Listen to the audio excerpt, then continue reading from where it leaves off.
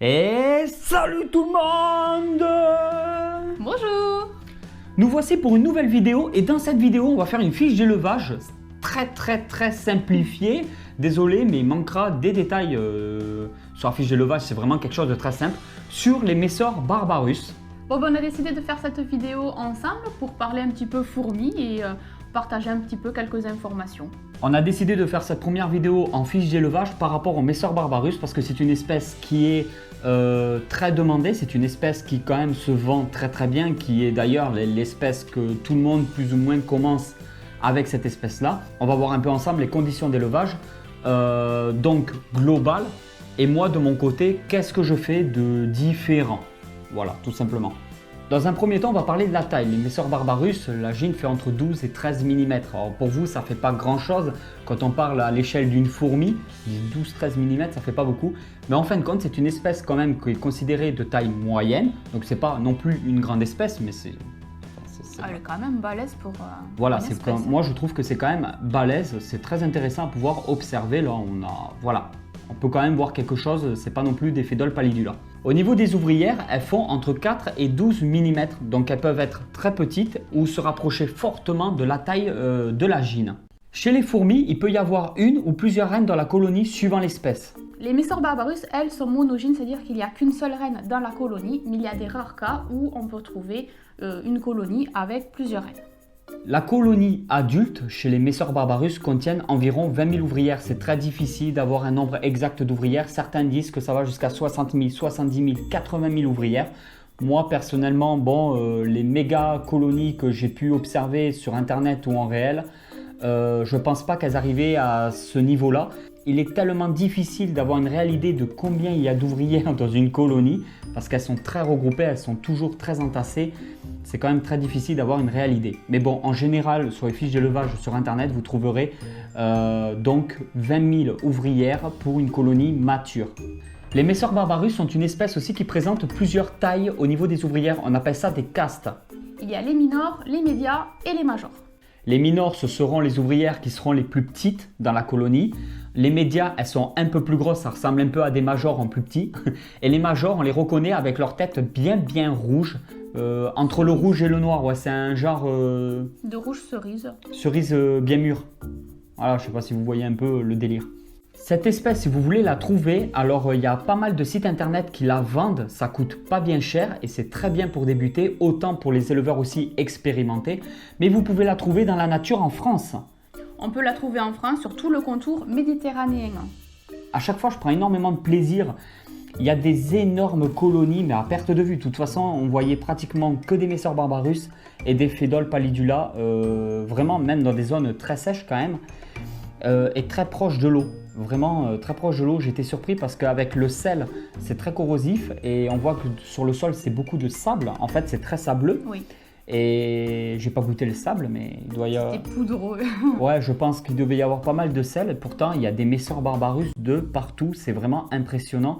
Et là, on voit vraiment des majors, mais énormes. En milieu naturel, on voit qu'il y a une très grande diversité au niveau de la nourriture. Et ce qui produit des majors quand même considérables. Des colonies qui sont vraiment balèzes. Après, au niveau des SMH, cette espèce, elles essaiment en automne, en fin d'année. Donc vous pouvez en trouver... Je pense que les SMH qu'on peut trouver le plus, ça serait fin septembre et octobre.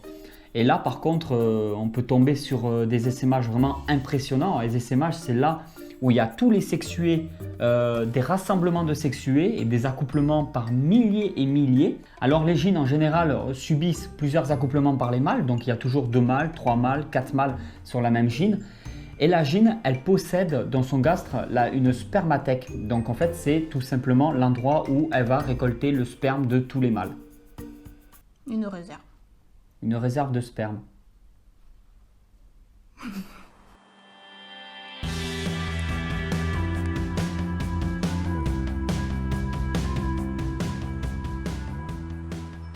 Dans la nature, les gines passent d'abord tout l'hiver avant de commencer à pondre les premiers œufs. C'est pour ça qu'en fin de compte, l'essaimage se produit juste avant l'hiver. Juste après un essaimage, les gines vont faire tomber leurs ailes parce qu'elles ont des ailes. Tous les sexués chez les fourmis ont des ailes. Donc ça vole de tous les sens, ça s'accouple au sol. Les gines contractent des muscles qui se trouvent sur leur dos et font directement tomber leurs ailes. À ce moment-là, elles peuvent creuser un trou, rester dedans tout l'hiver avant de pondre leurs premiers œufs au début du printemps quand les beaux jours arrivent. Pour faire bref, la gine, en fin de compte, pendant tout l'hiver, ne va pas manger, elle va rester sur ses réserves. Et c'est à l'apparition des premières ouvrières qui, elles, vont chercher de la nourriture pour pouvoir commencer à nourrir la gine. Quand vous récoltez les gines au sol, vous avez tout à fait le droit de le faire, mais faites-le intelligemment. Récoltez pas 30 gines, ça ne sert à rien. Vous en récoltez toujours 2, 3, 4, au cas où si vous avez de la perte pendant l'hiver. Et si vous voulez donner ou faire des échanges avec des amis. Cette espèce demande normalement une diapause, ça veut dire qu'elle va passer un hiver chez vous ou dans la nature. Dans la nature, elle est obligée de le faire, elle n'a pas le choix, en France c'est comme ça. Par contre, chez vous, vous pouvez ne pas lui procurer de diapause. Si vous souhaitez mettre une gine en diapause, il faudra baisser les températures vraiment petit à petit, chaque semaine de baisser de quelques degrés, pour atteindre en moyenne entre 8 et 15 degrés, et ce pendant 3 semaines en moyenne. Voilà, vous descendez de 1 ou de 2 degrés, mettons, par jour ou tous les 2 jours sur une semaine, 2 semaines, jusqu'à atteindre une température, voilà, comme elle a dit, entre 8 et 15 degrés, c'est très bien, pendant à peu près, 3 mois. C'est très bien. Pour la remontée en température, essayez de faire exactement la même chose. Pendant 15 jours, 3 semaines, remontez progressivement la température. À ce moment-là, la gine commencera à pondre ses premiers œufs. Avantages et inconvénients d'une diapause. Quand vous mettez une colonie ou une jeune fondation en diapause, vous attendez à peu près 3 mois. Donc pendant 3 mois, il n'y a plus de développement, vous n'avez plus d'observation à pouvoir effectuer et vous n'avez plus besoin non plus de nourrir vos colonies. Vous pouvez avoir des pertes au niveau des ouvrières. Vous pouvez, si vous le faites mal, avoir une perte au niveau de la gine aussi, donc la destruction totale de la colonie. C'est un risque à prendre. Voilà. Alors, est-ce que vous voulez le prendre ou pas? Ça, c'est vous qui voyez.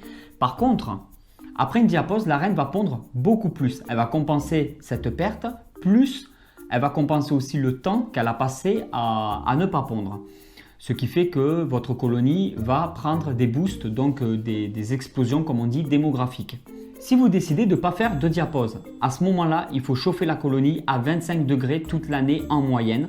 Attention, quand vous chauffez un nid, la température au-dessus du nid, là où vous allez poser le thermomètre, si vous le posez au-dessus du nid, et la température à l'intérieur du nid n'est pas du tout la même. La température à l'intérieur du nid est forcément plus chaude que la température au-dessus du nid. Faites très attention à ça. Si vous chauffez au-dessus du nid à 25, il est fort possible qu'à l'intérieur, il fasse 26, 27 ou 28 degrés. Ça, faites très attention à ça. Donc, chauffez une colonie à 25 au-dessus. Contrôlez bien les températures. Moi, personnellement, j'ai fait le choix de ne pas du tout faire de diapause pour cette espèce-là. Elles seront toute l'année aux alentours de 25 degrés. Voilà, c'est un choix personnel. Le développement restera le même. Là, vous me voyez avec une jeune fondation, mais il y a 5, 6 ans, 7 ans même en arrière, enfin pendant plusieurs années, j'avais une fondation de Messor barbarus qui est devenue quand même une belle colonie. Et je n'ai jamais eu de problème sur cette espèce sans faire de diapause. C'est un choix personnel. C'est vraiment pas obligatoire pour cette espèce la diapause. Vous pouvez le faire. Il y en a qui le recommandent. Moi personnellement, voilà, je vous dis ma façon de faire. Je ne fais pas de diapause. La colonie restera à 25 degrés toute l'année. Pourquoi chauffer une colonie au-dessus du nid et pas par en dessous? Cela évite la condensation. Si vous posez un nid sur un tapis chauffant, vous aurez sûrement de la condensation qui va remonter au niveau des vitres. Si vous chauffez par-dessus, vous risquez de ne pas avoir du tout ce problème de condensation. C'est une espèce qui est granivore, c'est-à-dire qu'il mange que des graines, mais de temps en temps, on peut lui donner des insectes. Après, au niveau des graines, nous, on prend un peu de tout. On prend des graines pour oiseaux exotiques, des graines pour tourterelles. Enfin, on varie en fin de compte au niveau des graines pour varier au maximum la nourriture. Le plus important pour cette espèce, c'est d'avoir le plus de variétés possible de graines. On va dans les grandes surfaces et on achète des gros sachets de graines pour oiseaux exotiques en général. Ça coûte quoi? Peut-être entre 1,50 € et 3,50 € honnêtement. Ouais, c'est des gros sachets, donc 1 kg, 1,5 kg en moyenne. Voilà, en gros un sachet ça vous fait plusieurs années. Le temps que la colonie se développe, le temps que tout se fasse. Oui, vous avez plusieurs années de graines sur un seul sachet. Il y a aussi les graines de quinoa, les graines de pissenlit qui sont très appréciées par cette espèce. Avant de nourrir donc la colonie, on met minimum 48 heures la nourriture au congélateur. Vraiment minimum. Voire 3 jours. Voilà, c'est pour éviter tout risque d'acarien. C'est un parasite qui pose énormément de problèmes dans l'élevage des fourmis, dans la myrmécologie. Ce sont des petits acariens qui sont blancs et ces acariens-là vont attaquer les fourmis. Et toute intrusion donc d'insectes ou de graines à l'intérieur de l'aire de chasse doit être passée au congélateur minimum au moins 3 jours. Vraiment, il y en a qui donnent du vivant. Sur des grosses colonies, vous n'avez pas vraiment de risque d'acariens, mais sur des jeunes fondations ou des gîtes seuls, ça peut vraiment poser problème. De l'œuf à l'ouvrière, vous aurez à peu près en moyenne 35 jours, mais c'est vraiment une moyenne. C'est-à-dire que si vous chauffez un peu votre colonie, le développement sera forcément plus rapide. Si vous ne chauffez pas du tout et que la colonie se retrouve dans des températures de 21-22 degrés, ça peut prendre un peu plus de temps forcément que si la température du nid est à 25 degrés. Au niveau de l'élevage, il vous faut un nid adapté. Vous pouvez le fabriquer vous-même ou vous pouvez passer par des sites professionnels. Je ne ferai pas de pub dans cette vidéo, c'est à vous après de faire vos recherches par rapport à ma chaîne YouTube. Pour cette espèce, je recommande fortement les nids en plexiglas ou en pierre reconstituée. Évitez les nids qui sont faits en béton cellulaire ou en plâtre par exemple. Ce sont des nids qui sont facilement creusables pour cette espèce-là. Donc on va voir un petit peu ensemble comment est constitué le nid. Donc ici, c'est l'aire de chasse. Ici, en fin de compte, tout autour, on voit bien le côté dépotoir.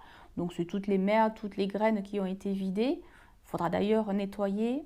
Ici, c'est la réserve d'eau, puisque c'est une colonie qui a besoin d'hygrométrie, qui a besoin beaucoup d'humidité dans l'air. Donc, il ne faut pas hésiter à remplir la réserve d'eau pour que la colonie puisse boire l'humidité qu'il y a dans l'air. Après, il ne faut pas hésiter à observer sa colonie. Si, admettons, la colonie se rapproche de la réserve d'eau, c'est peut-être qu'il y a un manque d'hygrométrie. Et au contraire, si elle s'éloigne trop de la réserve d'eau, il y a peut-être trop d'humidité. Donc, ça sera vraiment à vous de juger en fonction de l'espèce. Ici, on peut voir qu'on peut faire un raccord, c'est-à-dire que soit on met directement un autre nid pour agrandir la colonie, ou on peut aussi mettre directement en raccord un petit module avec une aire de chasse pour vraiment avoir l'aire de chasse séparée du nid. Mais c'est vraiment selon nos envies et suivant la croissance tout simplement de la colonie. Donc ici, on a mis un carton parce que la colonie, elle vit sous terre, donc elle aime bien les endroits dans l'obscurité. Par contre, la colonie, elle est sujet au stress au niveau des vibrations, donc il ne faudra vraiment pas la mettre à côté d'un ordinateur, à côté de la télé, vraiment dans des endroits plus calmes, où peut-être qu'il y a moins de passage, en vitrine, sur une étagère, voilà, dans des endroits un peu plus, on va dire, moins sujets aux vibrations. Voilà un petit peu l'évolution, donc on voit bien qu'elles sont toutes regroupées là. Ici, on peut voir un petit peu les fourmis, puisqu'en fin de compte, ce sont des fourmis boulangères. Elles créent du pain, elles récupèrent ce qu'il y a à l'intérieur de la graine, elles mélangent avec la salive, elles font une petite bouillie et elles créent directement du pain pour la colonie. Dans la nature, elles participent à la reproduction de diverses plantes, puisqu'en fin de compte, elles récupèrent des graines un peu de tout. Et puis après, ça peut germer et donner donc de nouvelles plantes juste à côté de leur nid. Sur ma chaîne, vous pourrez découvrir plusieurs modèles. En fin de compte, je crée des modèles au tricot et je partage les explications en vidéo. C'est vraiment accessible même pour les débutants. Et puis, il y en a pour tout, pour les petits, pour les grands, les adultes. Donc, vous trouverez des bonnets. Il y a plusieurs styles, il y a des bonnets un peu tout, vous verrez si vous passez me voir. Il y a aussi des écharpes. Voilà, une vraie Madame Noël. Voilà, et puis après, il y a un peu de tout. Il y a des châles, des chèches. Et puis, il y en a vraiment pour tout. Vraiment pour petits, pour grands. On vend rien. On croirait qu'elle est en train d'essayer de présenter sa boutique. Il n'y a pas de boutique en ligne pour ça. On ne vend rien du tout. C'est juste que si vous voulez apprendre à le fabriquer, vous pouvez aller sur sa chaîne YouTube. De temps en temps, elle organise même des petits concours. Voilà, donc sa chaîne avance très bien. Et je vous conseille vraiment de passer la voir, tant qu'à faire, profitez-en. Et voilà tout le monde, j'espère que cette vidéo vous a plu. Si cette vidéo vous a plu, n'oubliez pas de mettre le like. N'oubliez pas de partager la vidéo sur les réseaux sociaux. Et moi, je vous dis à bientôt pour une nouvelle vidéo sur la chaîne YouTube Snake Reptile. Ouais. Allez tout le monde, ciao. Bye bye.